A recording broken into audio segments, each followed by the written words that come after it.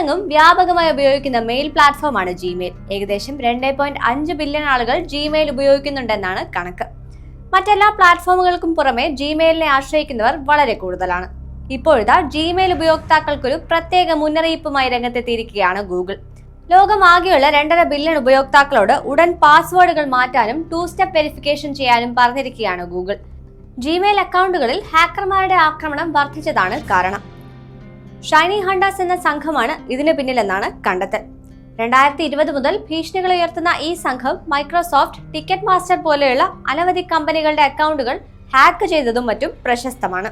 Email മുഖേനയാണ് Shiny hunters hacking നടത്തുക.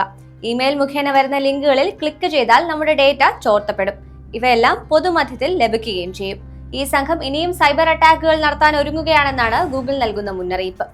August ആദ്യവാരത്തിൽ Google ഇത്തരത്തിൽ ഹാക്ക് ചെയ്യപ്പെട്ട ഇമെയിൽ ഐഡികൾക്ക് മുന്നറിയിപ്പ് നൽകിയിരുന്നു.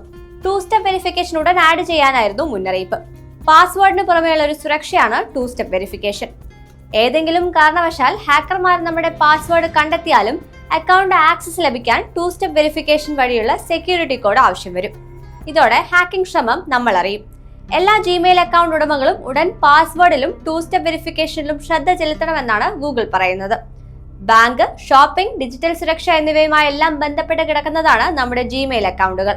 അതിനാൽ തന്നെ നല്ല ശ്രദ്ധ വേണമെന്നാണ് ജിമെയിൽ പറയുന്നത്.